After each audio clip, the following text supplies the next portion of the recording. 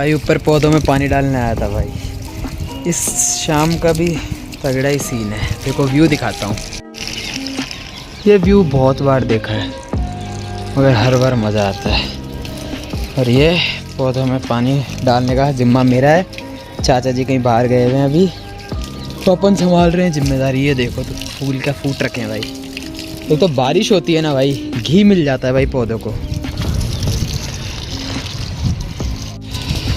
पौधों में पानी डाल के मिलता तो रिलैक्स ही है भाई। क्या है, सर पे चोट लगी है तो थोड़ा विटामिन डी के लिए आ जाते हैं। फिर मैंने सोचा कि भाई सबको इन्फॉर्म तो करूँ भाई। मैंने पूरी दुनिया को बता दिया क्या चल रहा है। मगर सच में जो 50 लोग वीडियो देखते हैं जो दूर है मुझसे, अगर उनको ही नहीं पता होगा मेरे लगी कैसे, तो फिर क्या फ़ायदा। 1 सेकेंड खुल गया ये पाइप। मेरे दिमाग में बात आई कि यार सही बात है, जब पूरी सबको पता ही है, दिख रहा है कि कुछ ना कुछ हुआ है बंदे के जीवन में, और जब इंटरनेट की दुनिया में हम घुस ही चुके हैं, तो अब एक फ़र्ज़ भी बनता है कि जो हुआ है बताया जाए। तो बताता हूँ। ये वीडियो उसी पर्पज़ से इसको डाल दूंगा यूट्यूब पे। What happen to me. तो सीन कुछ ऐसा है। 1-2 अप्रैल की बात है। हाँ, 2 अप्रैल की बात है, सुबह की बात है। मैं किसी काम से जा रहा था, तो बहुत इम्पोर्टेंट काम था, बहुत इम्पोर्टेंट, और सुबह सुबह की बात और है। तो इम्पोर्टेंट काम से मैं जा रहा था। तो वहाँ पे सीन क्या हुआ, मैं हाईवे पे था, और हाईवे पे चलते चलते यहाँ पे एक व्यक्ति खड़ा कट्टा लेके, जैसे कि भिखारी होते हैं नॉर्मल। तो अब भिखारी खड़ा है साइड में। अब यार व्यक्ति या तो जब उस समय 150-60 मीटर की दूरी पे हुआ तो तब रोड क्रॉस करेगा, या फिर जब मैं उसको आगे निकल जाऊंगा तब रोड क्रॉस करेगा। मगर जब मैं उससे 1-2 सेकंड की दूरी पे आया, तब जनाब मेरी गाड़ी के आगे कूद गया। मेरी गाड़ी, उसका कट्टा बहुत बड़ा कट्टा था, तो मेरी गाड़ी उसके कट्टे में उलझ गई। अब मेरी गाड़ी उसके कट्टे में उलझी और मैं गाड़ी से निकल के आगे चला गया, और रोड पे जाके मेरा ये वाला सर वाला पार्ट भयंकर तरीके से लग गया। पूरा वजन सर के इस वाले पार्ट पे लगा। थोड़े से हाथ छिले और कुछ नहीं हुआ। मैं उठकर गाड़ी वाड़ी उठाई, वापस पीछे गया तो भिखारी के कूनी छिल गई थी और वो रोने लग गया था, और पैर भी बोल रहा था मेरे फ्रैक्चर आया, ये आया है। मेरे को गुस्सा आ गया। मैंने कहा साला इंपॉर्टेंट काम से जा रहा था, गाड़ी तोड़ दी, सर पे से खून निकाल दिए, चश्मा तोड़ दिया, कुछ छोड़ा ही नहीं इसने, तो मैं किस मुंह से जाऊँगा। बहुत इंपॉर्टेंट काम था। तो अब फिर वहाँ पे खुशकिस्मत की बात यह है कि मैं तो लड़ता डेफिनेटली। मैंने कहा आज तो पुलिस आएगी, मेरे पास लाइसेंस है, मेरे पास सब कुछ था, उसके बावजूद भी तूने मेरे को। और लगने की बात यह है कि हेलमेट पहनते हुए कैसे लग गई, लेडीज़ हेलमेट था, तो लेडीज़ हेलमेट मैंने नीचे से ही बांध नहीं रखा था उसका, तो जैसे ही मैं उड़ के गया ना तो उड़ के निकल गया हेलमेट, तो उस चक्कर में मेरे यहाँ लग गई। तो वो हेलमेट भी उड़ गया साइड में, वो बेचारा हेलमेट ही वहीं पड़ा है। मैं शायद लाया नहीं, लाया को तो ये भी याद नहीं है, क्योंकि उस वक्त हालत ही नहीं बची थी लाने की। फिर मैं भिखारी से लड़ने गया, पुलिस आएगी भाई, ये क्यों करा आपने, सामने कूदे हो, मैंने साफ साफ देखा है। रोने लग गया। वो बोला भाई साहब मुझे 300-400 रुपये दे दो, मेरे बस बच्चे ही भूखे हो, मेरे पैर में आपने फ्रैक्चर मार दिया, मैं काम पे नहीं जा पाऊंगा आज। मैंने कहा मैंने मार दिया फ्रैक्चर? अरे मैं जा रहा था, मेरा पूरा दिन की एस्तेसी हो गई, पता नहीं कितनी क्या लगी है, सर पे दर्द हो रहा है, और तू बोल रहा है तेरा काम की एस्तेसी मैंने कर दी। अब मेरे पास प्रूफ तो था नहीं। इतने में 4-5 लोग आ गए अगल बगल से, दुकान ठेले वाले। तो 2 जने उसकी तरफ से बोलने लग गए कि भाई साहब आपने इसके ऐसे मार दी वैसे मार दी, और 3 जने मेरी तरफ से बोलने लग गए कि इनकी गलती, ये सामने कूदा हमने देखा है। फिर दिक्कत क्या हुई, मैं तो लड़ता, मैं शाला पूरी दिन 4 दिन जो भी हो जाते ना, मैं केस तक जाता पुलिस वकील को, बोलता कि भाई बंदे को देखो ये कूदा है। मैं तो बुलाता पुलिस को, जेन्युइन था मैं। मगर उन लोगों ने बोला कि भाई साहब आपके सर से खून निकल रहा है, आप थोड़ा जाओ, आप पट्टी वट्टी कराओ, ये तो रोज 4 गाड़ियों के आगे ऐसे ही कूदता है। अब जैसे ही उन्होंने ये बात बोली ना, मेरा दिमाग खराब हो गया।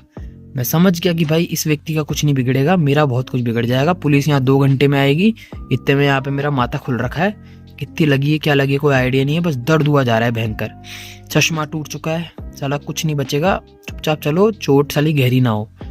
तो खून वून ज़्यादा निकल रहा है, बहुत ज़्यादा खून निकल रहा था, तो सब ने बोला कि एक बार जाओ भाई साहब छोड़ो। और फिर मैं वहाँ से गाड़ी उठा के निकला। अब मैं अकेले ही जाना चाहता था हॉस्पिटल तक, मगर फिर मैंने सोचा कि यार रिस्क नहीं लेते हैं, चश्मा नहीं है, और ऐसा टाइम हो चुका था कि पुलिस आ गई थी, तो हर जगह पुलिस भी मिलेगी, मैं बहुत दूर भी था घर से, तो इसलिए मैंने रेयान को कॉल कर दिया। अब जनाब रेयान अपनी मम्मा को बता दिया पहले। उसकी मम्मा पैनिक कर गई कि भाई ये क्या हुआ। हम सबको जानती है। तो उन्होंने अब मेरे बाकी 2 दोस्तों को कॉल कर दिया। अब ये दिन चल रहा था 2 अप्रैल। अब डर गया। रेहान कॉल उठाते, जनाबों के शब्द सुनो भाई, ये 18 साल पुराने दोस्त मेरे। मैं किसी भी व्यक्ति से उम्मीद कर सकता हूँ कि जब भी मैं किसी व्यक्ति को इमरजेंसी में बुलाऊंगा तो मुझे क्या शब्द बोलेगा। इनके शब्द थे, भाई यार आ तो जाऊंगा, बस प्रैंक तो नहीं कर रहा ना। मैंने को गुस्सा आया। मैंने कहा भाई तेरे साथ मैंने 20 बार प्रैंक कर दिया कि 200 बार कर दिया तो तू डर रहा है। पहली बार कर रहा हूँ उसमें तो बोल रहा है प्रैंक कर दिया, और बुलाया है मैंने तो जेन्युइनली लोकेशन भेज दी तुझे। वो बोला ठीक है आ रहा हूँ। उसने खट गाड़ी निकाल दी। गाड़ी निकाली, वो आ रहा। अब 4-5 मिनट हुए, मैंने उसको वापस कॉल करा तो वो किसी और से बात कर रहा। मुझे गुस्सा आ गया। मैंने कहा इसने किसी को कॉल कर दिया क्या। उसने मुझे कॉन्फ्रेंस पे लिया तो दूसरे दोस्त की आवाज़ आती है, अरे अरे वो प्रैंक कर रहा है, यूट्यूब वीडियो बना रहा है। अरे मैंने कहा सालो बेशर्मो, अब सच में मेरे हो रखा है, तुम्हारे को लग क्यों रहा है कि मैं झूठ बोल रहा हूँ। फिर उनको प्रूफ करा कि भाई लगी है, सर पे लगी है, ऐसे लगी है, तो उनको बिलीव तो हुआ। फिर जनाब रेहान घर से निकले थे अपनी बाइक लेके, और जनाब बिना हेलमेट के आए, और रास्ते में आते वक्त पुलिस वाले ने उसकी फ़ोटो खींच ली। उसका चालान कट गया।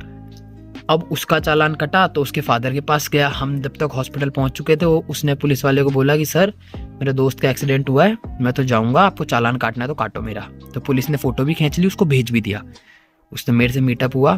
फिर हम साथ धीरे धीरे करके हॉस्पिटल गए।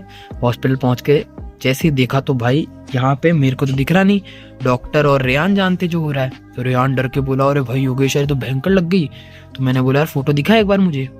तो बोलता है कि यार फोटो देखते मेरा माथा खराब हो गया, 2-3 इंच अंदर छेद हो रखा था। मैंने कहा लो भाई खुल गया माथा।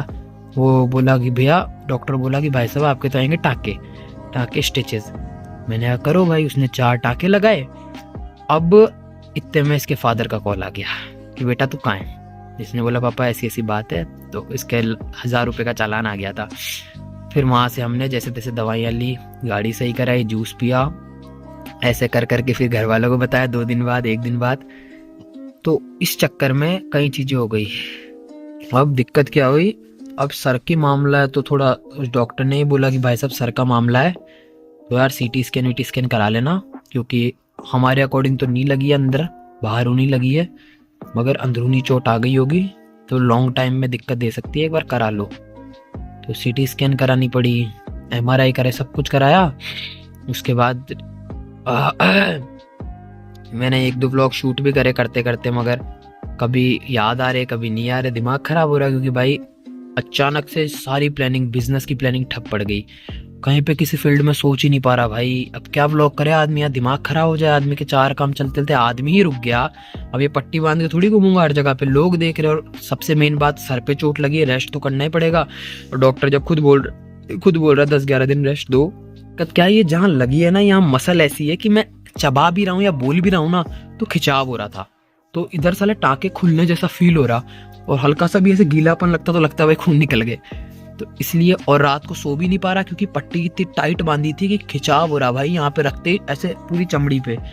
तो अब आज हो गया 10वां दिन, आज हो गया 7वां दिन।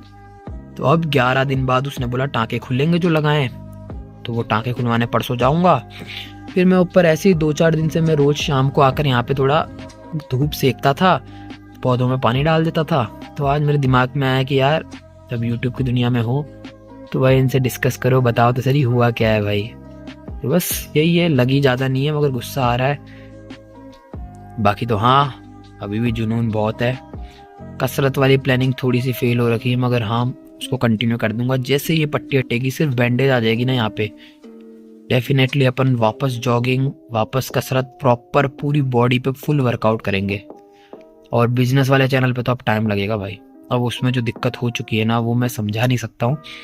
या तो एक बार उस चैनल इंस्टाग्राम वाले को मैं पॉज ही कर दूंगा, क्योंकि मेरे को पता है वो दिक्कत देने वाला है। कम से कम महीना भर उसमें ऐसी हो जाएगी। वहाँ पे मैंने थोड़ी सी दिक्कत क्रिएट कर दी है। बाकी तो हाँ अभी भी उम्मीद है, अपन पूरे हैं, वापस आएंगे, शॉर्ट्स भी डालेंगे, सब कुछ करेंगे। एक बार थोड़ी ये पट्टी खुल जाए, 2-3 दिन और लगेंगे।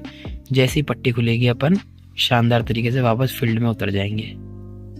तो ये छोटा सा वीडियो बस इसलिए था ताकि बता सकूं कि चोट ज़्यादा नहीं है, ठीक ठाक है और मस्त हूँ अभी मैं, टेंशन की बात नहीं है। फिलहाल तो जिंदा ही है। बाकी व्लॉगिंग कंटिन्यू रखता हूँ, जैसे जैसे व्लॉग बनाता रहूँगा, डालता रहूँगा।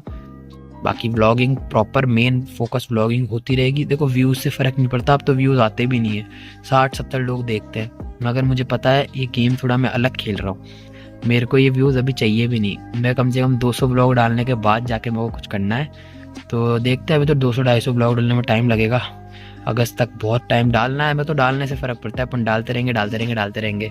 कोई पैसा लग नहीं रहा है इनको डालने का, थोड़ा सा मेहनत लगती है, थोड़ी एडिटिंग सीख लेता हूँ, बस मज़ा ही आता है हर चीज़ को करने में। और अभी तो कॉलेज के पल बाकी भी है, कॉलेज में टाइम है, तो तब तक थोड़ा इसके अंदर कर लेते हैं जितना होता है। और बाकी हाँ, अभी एक्सरसाइज वाला फेज चालू करेंगे, तो एक्सरसाइज के अंदर ब्लॉग के अंदर एक्सरसाइज कम रिकॉर्ड करेंगे, उसके शॉर्ट्स बना के एक्सरसाइज को शॉर्ट के अंदर डालेंगे। तो हाँ, यही छोटी सी वीडियो थी। Thank you for watching.